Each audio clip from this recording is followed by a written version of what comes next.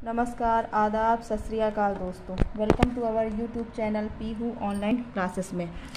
आज हम आपको एक नई वैकेंसी के बारे में बताने जा रहे हैं।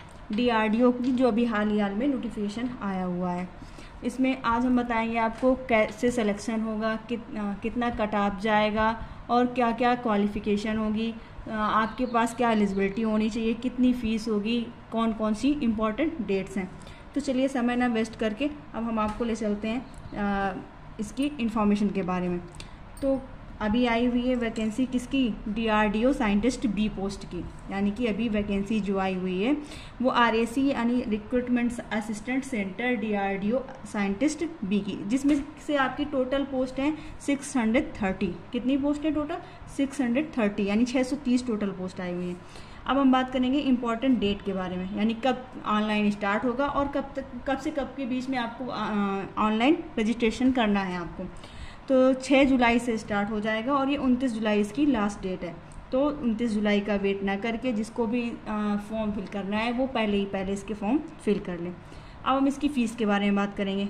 तो इसकी फ़ीस कितनी है? जर्नल और ओबीसी की 100 रुपये, SC ST और फिजिकल हैंडीकैप्ड की 0 है, आल कैटेगरी फीमेल्स की 0 है। यानी कि जो भी जर्नल और ओबीसी की कैटेगरी से बिलोंग करता है उसको 100 रुपये लगेगी, SC ST और फिजिकल हैंडीकैप्ड की 0 और सभी कैटेगरीज की फ़ीमेल की 0 फीस है।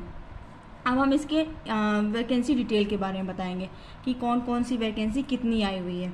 तो वैकेंसी में इसमें 3 पोस्ट हैं, डीआरडीओ, एडीए, डीएसटी। डीआरडीओ के बारे में बात करें तो इसकी टोटल पोस्ट है 579 और एडीए की 43, डीएसटी की केवल 8 पोस्ट हैं। तो हम इसका अगर टोटल करें तो इसमें आता है कितना, 630। तो टोटल पोस्ट कितनी हो गई इसकी? 630 टोटल पोस्ट हो गई। अब हम इसकी एलिजिबिलिटी के बारे में बात करेंगे। एलिजिबिलिटी, अब एज का क्राइटेरिया क्या होगा? डीआरडीओ के लिए जो फॉर्म फिल करेगा उसकी मैक्सिमम एज 28 ईयर्स होनी चाहिए। डीएसटी के लिए जो फिल करेगा उसकी मैक्सिमम एज 35 ईयर्स होनी चाहिए।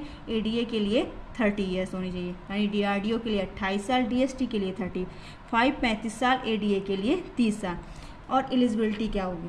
बीई कर रखा उसने या बीटेक कर रखा हो, यानी कोई भी इंजीनियरिंग डिग्री होनी चाहिए उसकी रिलेटेड ट्रेड में, यानी जो जिस ट्रेड से अगर उसने कर रखा है, जिस ट्रेड के लिए वो अप्लाई कर रहा है तो उससे उसका इंजीनियरिंग डिग्री होना चाहिए और उसको पास भी फर्स्ट डिवीज़न होना चाहिए और उसके पास में गेट एग्ज़ाम का स्कोर होना चाहिए।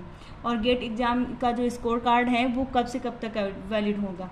अभी तो ये इस बार की नोटिफिकेशन में क्लियर दिया नहीं गया, लेकिन पिछले वाले अगर नोटिफिकेशन देखें आप तो उसमें से जो जिस साल वैकेंसी आई हुई है उसके 3 साल का गेट का जो कोड है, एग्ज़ाम का स्कोर कार्ड है वो वैलिड किया गया। यानी अगर 22 में ये आई है तो 20 का होगा, 21 का होगा और 22 का होगा। अब हम इसमें एग्ज़ाम पैटर्न की बात करें इसके। तो एग्ज़ाम पैटर्न क्या होता है इसका? यानी कि इसमें तो सिलेक्शन आपका तो रिटन एग्ज़ाम में ही होगा। इसमें 2 एग्ज़ाम होते हैं, जिसमें से 2 एग्ज़ाम होते हैं आपके 300 के होते हैं वो एग्ज़ाम, और इंटरव्यू होता है आपका 100 मार्क्स का। इसमें से अगर टोटल फर्स्ट पेपर भी 300 मार्क्स का होगा, सेकंड पेपर भी 300 मार्क्स का होगा और इंटरव्यू आपका अगर दोनों पेपर क्वालिफाई करते उसके बाद में आपको इंटरव्यू के लिए बुलाया जाएगा, फिर उसका कट ऑफ बनता है। मैक्सिमम आपको 70%, मिनिमम आपको 70% मार्क्स तो लाने ही लाने हैं। तो कैसे लगी आपको ये जानकारी? अगर जानकारी अच्छी लगी हो तो लाइक करें, चैनल को सब्सक्राइब करें और शेयर करें। आज के लिए बस इतना ही, धन्यवाद।